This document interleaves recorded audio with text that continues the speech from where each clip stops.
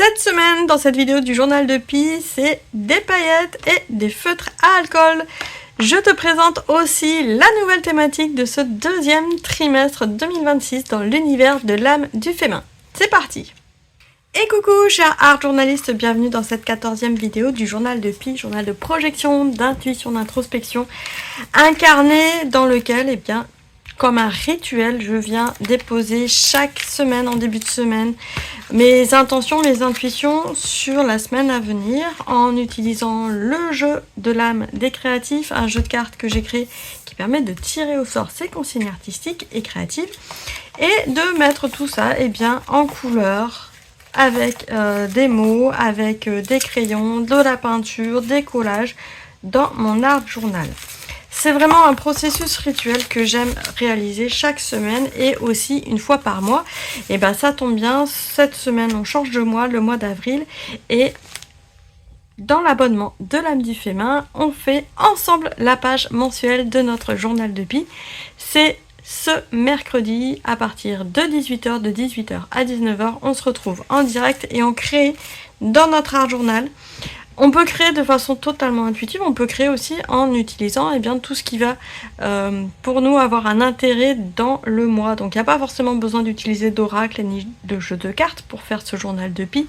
L'idée c'est de s'inspirer de ce qu'on projette, de ce qu'on a envie de faire sur le mois, des jolies choses et des belles intentions qu'on a envie d'y poser pour faire une page dans notre art journal. Pas plus, pas moins, c'est oui un petit peu spirituel, mais c'est surtout pour créer un ancrage dans notre semaine ou dans notre mois ou dans la périodicité qu'on veut et un ancrage créatif. Donc l'idée aussi c'est de passer à l'action et d'arrêter de tourner autour du pot quand on ne sait pas quoi créer. Tout est en fait source d'inspiration et donc pour moi le journal de Pi c'est ça aussi, c'est entraîner mon inspiration, entraîner mon intuition par rapport au tirage de cartes et prendre ce qui vient comme ça vient. Donc là, cette semaine, j'ai tiré 2 cartes. À chaque fois, je tire 2 nouvelles cartes. Donc les anciennes cartes, je les mets de côté pour faire le tour du paquet au cours de l'année, parce qu'il y a 118 cartes. Et cette semaine, la carte haut, donc qui permet de choisir son matériel. J'ai choisi le feutre, c'est sorti de façon aléatoire. Et la carte terre ici qui permet d'avoir du matériel ou des matières à ajouter dans notre carnet.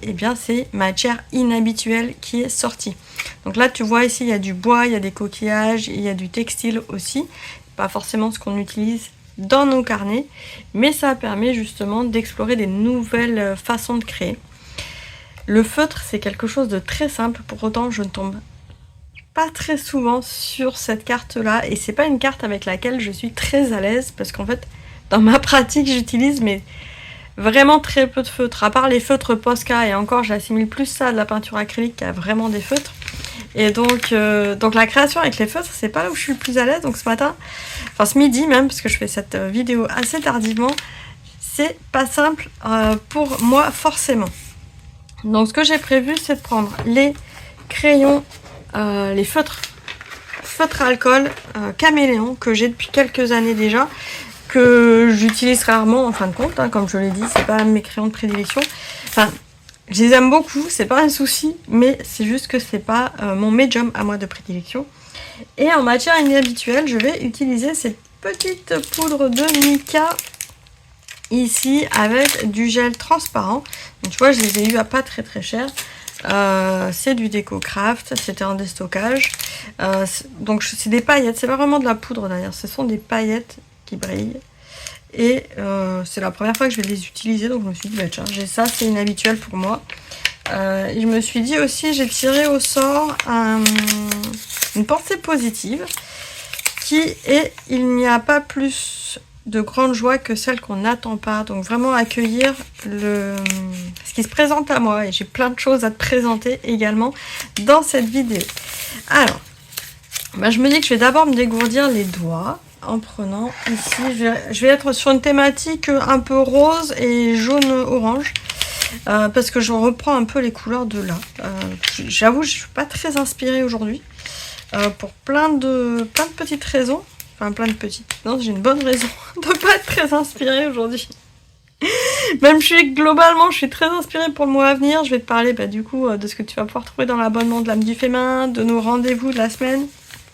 C'est pas un problème à ce niveau-là, mais j'avoue que là ce matin ça a été un peu dur parce que ça fait quelques jours, plusieurs jours même, que j'ai mal aux yeux et que j'ai les yeux hyper secs. Et c'est la première fois que ça m'arrive d'avoir une allergie ophtalmique. Donc oui, j'ai un fond allergique, mais là, entre le pollen, le mistral qui dure vraiment, qui est très très intense, l'air qui est hyper sec, voilà, j'ai des yeux éclatés.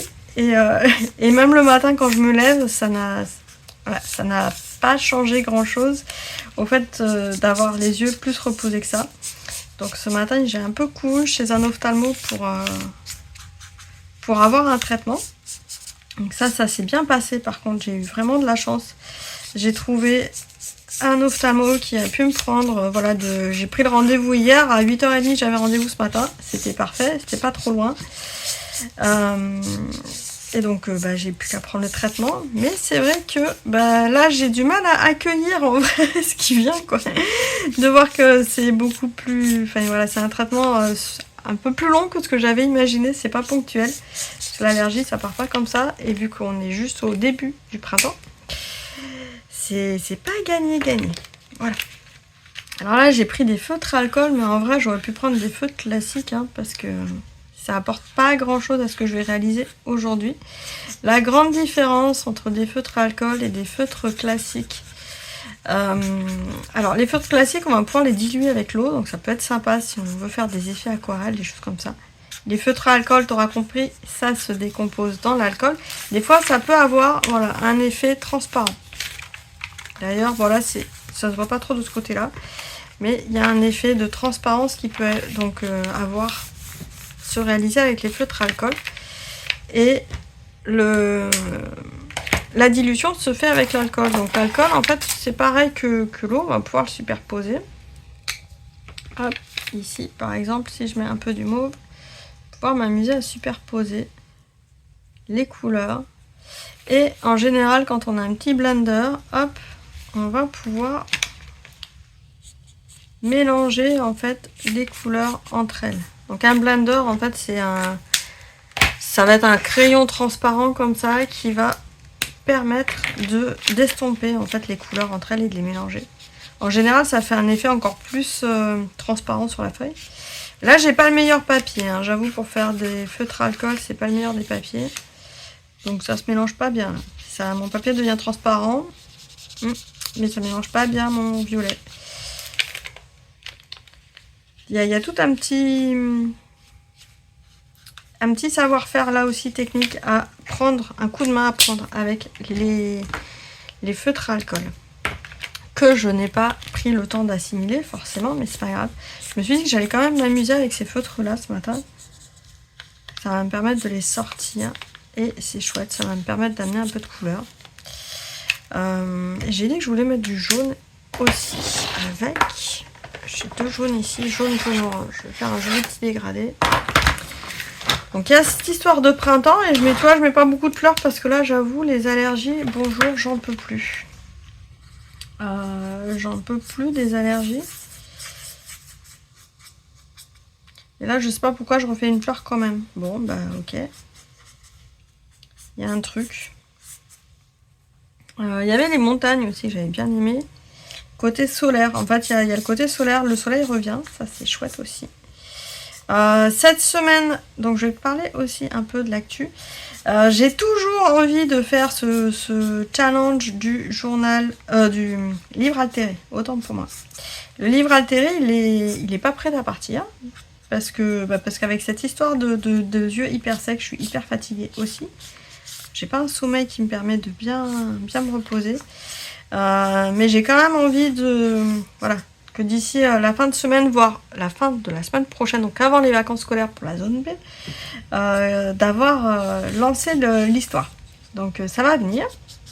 Encore un petit peu de patience, mais ça va venir, j'ai pas oublié, c'est dans les tuyaux.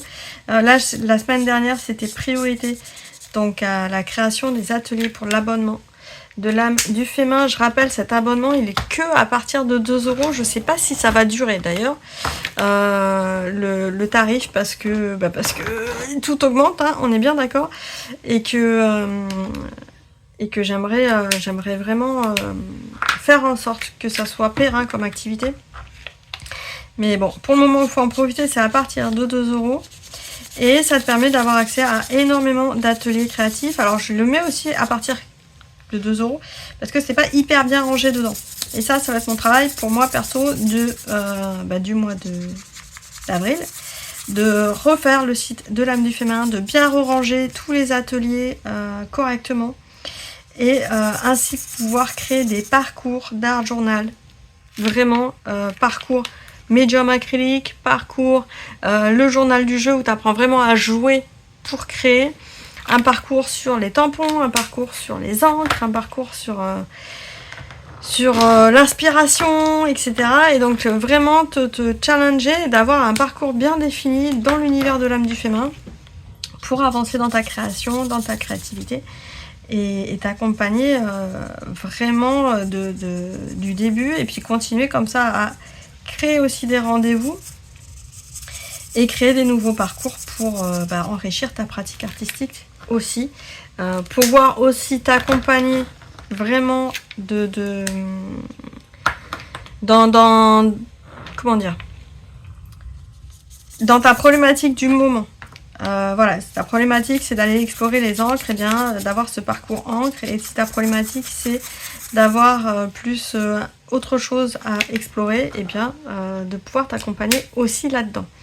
Voilà, c'est vraiment quelque chose que je veux formaliser et qui va te permettre de t'éclater dans ton art journal et de trouver une certaine autonomie au final, même si pour le moment l'accompagnement il est là justement pour te soutenir dans ton développement. Hop, donc formaliser tout ça, moi c'est mon job du mois d'avril. Et donc il y a de quoi faire en fait. Parce qu'il y a juste ça fait 7 ans que le site, non, ça fait presque 10 ans, ça fait 9 ans que le site internet existe. Ça fait 7 ans que je propose des ateliers créatifs dessus. Et là je pense que c'est la refonte de la refonte qu'il faut que je fasse, pour donner vraiment l'élan que je voulais donner, que j'ai pas pu donner ces 2 dernières années. Là c'est maintenant, c'est le moment ou jamais. Donc grand changement, il faut en profiter maintenant, donc de se mettre dans l'abonnement de l'âme du féminin, parce que comme j'ai dit, ce mercredi on a rendez-vous pour 1 heure de création avec le journal de Pi. On a également rendez-vous à la fin du mois, je crois que c'est le 30 avril, 29 ou 30 avril, je dois le confirmer, pour une masterclass. L'idée aussi c'est là, pour le premier trimestre, j'avais fait un stage sur les médiums acryliques pour approfondir les médiums. C'était un super moment. Par contre, c'est vrai que c'était super intense aussi. Et là, je me suis dit, à la place de refaire un stage qui peut être aussi très intense, et en plus avec un mois des mois là qui vont être compliqués parce qu'il y a des jours fériés, des vacances de partout. Je me suis dit, ça allait être compliqué de s'organiser un truc vraiment aussi intense. Et donc là je me suis dit je vais faire des masterclass 1 fois par mois. On se réserve 2 heures et on crée ensemble. Et maintenant je vais pouvoir révéler aussi la thématique pour ce trimestre dans l'univers de l'âme du féminin, que ce soit dans l'abonnement ou de façon plus générale dans les contenus que je vais proposer. Ça va être la création de personnages. Tu vas me dire dans quoi tu pars, Marie, tu fais rarement des personnages, je suis dans la création intuitive, on est tout à fait d'accord, mais j'avais envie d'explorer, déjà pour moi, et puis aussi pour toi, la création de personnages, en m'inspirant en fait de ce que j'avais déjà proposé l'automne dernier. Je sais pas si tu te souviens, cher art journaliste, si tu as eu l'occasion de participer à la soirée l'année dernière, l'automne dernier, la soirée Même pas peur. Qui consistait en fait, c'était une soirée de lancement pour la promotion de la Creative Alchemy. L'idée c'était de vous proposer un atelier comme si vous étiez dans la Creative Alchemy, pour découvrir des nouveaux univers artistiques. Et là je vous avais fait travailler, vu que c'était à la période d'Halloween, sur les peurs en créant un petit monstre à l'image de votre peur. Puis s'amuser avec, lui trouver des attributs et mettre ça en couleur dans notre art journal. Il y a eu un très bel effet de plein de personnes qui ont participé, il y a eu un très bel élan. Je me suis dit, je peux pas m'arrêter là, il va falloir que j'en fasse autre chose. Et donc je me suis dit, on va aller plus loin. Là, moi je vais continuer à travailler sur les peurs, mais en fait, toi tu vas pouvoir travailler sur ce que tu veux, c'est-à-dire créer tous les monstres ou tous les personnages que tu vas avoir envie, en s'inspirant de style graphique. Et c'est là où ça va être super sympa. C'est qu'à chaque fois, chaque atelier pendant ces 3 mois, je vais proposer un nouveau style graphique à explorer pour s'approprier nos personnages, nos monstres, et apprendre en fait à dessiner, à personnifier des idées, des choses, des objets, et à trouver son style aussi par rapport à ça et pouvoir exprimer tout ça dans notre art journal. Et toujours de façon ludique, toujours de façon intuitive aussi, parce qu'on va faire comme ça vient. Ça va être toujours joyeux aussi. Moi j'ai choisi vraiment la thématique des monstres et des peurs, mais pour moi, et donc ça peut être transposable pour plein d'autres choses, donc pas de souci là-dessus. Et donc dès ce mois d'avril là qui arrive cette semaine, je rajoute un peu de jaune ici. J'ai incorporé mon truc. Je fais ma petite tambouille en même temps que je te raconte tout ça. Et là, dès ce mois d'avril, pour les personnes qui sont inscrites, mais même si t'es pas inscrit, tu peux rejoindre à tout moment l'abonnement, l'arrêter, le rajouter, c'est toi qui vois. Eh bien, on va commencer avec un premier atelier sur le style graphique de Monstres et compagnie de chez Pixar. Donc, utiliser un style graphique très naïf pour faire des personnages. Et là, j'allais dire, l'avantage, c'est que ces personnages, ils sont vraiment... j'allais dire difformes, mais pas vraiment, mais on peut leur donner n'importe quelle forme, et c'est là où c'est assez simple de commencer par ce genre d'univers là. Pour la masterclass de la fin du mois, je vais proposer le style Tim Burton. Et en fait, chaque mois comme ça, je vais faire un style assez peps, assez lumineux, vibrant au niveau des couleurs, et un autre style un peu plus glauque ou un peu plus noir, pour alterner comme ça les contrastes. Et donc là, petit à petit, j'ai plus entre demain et jeudi, je vais mettre à jour déjà l'abonnement pour annoncer sur le site les prochains styles graphiques qui vont être explorés. Et c'est vraiment l'idée on va pas décalquer un Pixar ou un personnage Pixar ou un personnage de Tim Burton, c'est pas du tout ça. C'est vraiment s'approprier en fait les styles pour raconter son propre univers et ce qu'on a envie de raconter. Voilà, si on a envie de raconter ces histoires de famille en personnage de Tim Burton, ça peut être sympa. Si on apprécie ça, si on veut raconter sa journée ou son univers de travail, eh bien ça va être assez sympa de pouvoir jouer avec ces personnages là. Et c'est vraiment des cordes en fait à notre arc, et ça va dans l'inspiration de s'inspirer, voilà, de ces univers et de s'approprier ça. Comme là au niveau des fleurs, eh bien on s'inspire des fleurs qu'on a autour de soi et puis on se fait sa propre fleur, même si elle n'existe pas dans la nature. Et là ça va être pareil pour les personnages.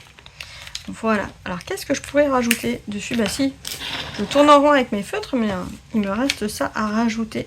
Je pense que je vais le mettre par ici. L'avantage ici, c'est que ça va être assez plat, parce que je veux pas trop de volume, et les petits graviers, ça aurait fait un peu trop de volume. J'espère que ça va pas en faire trop. J'ai pris du gel médium brillant, comme ça.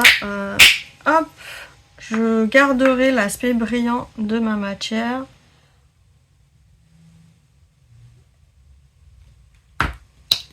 Voilà, même si en attendant ça va être blanc le temps que je l'applique. Donc n'hésite pas à me dire en commentaire ce que tu penses de cette nouvelle thématique qui va être proposée donc dans l'univers de l'âme du féminin pour le trimestre à venir. Donc j'espère là sur le mois d'avril quand même faire mon article sur les médiums acryliques. Voilà, j'ai du retard sur pas mal de choses, mais après derrière je vais parler des styles graphiques et plus particulièrement des personnages. Donc pas forcément se limiter au portrait qui, bah, ça reste des gros chapitres, mais là sur le coup c'est plutôt des personnages et s'approprier un petit peu l'anatomie. L'anatomie que j'ai découvert moi cette année, j'allais dire civile, dans le sens où j'ai commencé là depuis septembre des cours de dessin sur modèle vivant, et donc l'idée c'était vraiment d'arriver à m'entraîner à reproduire des choses du réel, et moi qui fait beaucoup de choses abstraites, voilà, d'essayer de m'inspirer des choses du réel et de reporter ça, de ce que je vois, de le reporter dans mes carnets. Et j'avoue que je pensais pas prendre autant de plaisir à le faire. Je reste encore, comment dire, maladroite sur pas mal de choses, sur les proportions surtout, mais je prends vraiment plaisir. Alors là, je m'étais dit que je ferais peut-être une fleur, mais je pense que ça va être un peu compliqué. Alors, est-ce que je vais réussir à faire... Non, je pense que je vais juste faire un aplat, ça ira très bien. Alors, on va partir sur ça. On va faire un petit aplat. On va juste mettre du brillant et des paillettes, ça sera déjà très bien. On va se faire comme ça. Je crois que ce matin, il ne faut pas chercher trop compliqué non plus. J'ai tendance à chercher compliqué des fois. Donc pour revenir à ces personnages, voilà, je suis bien loin encore de proposer des dessins, des cours de dessin académique sur l'anatomie humaine. Même si j'y prends plaisir à simplement reporter ce que je vois. Mais par contre, je me dis que avant de me prendre la tête quelque part avec ces proportions, avec cette exactitude qu'on doit reproduire quand on fait vraiment du dessin sur modèle vivant, eh bien c'est déjà de s'amuser à créer ces personnages. Et là, l'avantage d'aller explorer des styles graphiques particuliers qui vont avoir justement la spécificité de déformer, en fait, accentuer les déformations du réel pour justement se donner plus de liberté de création.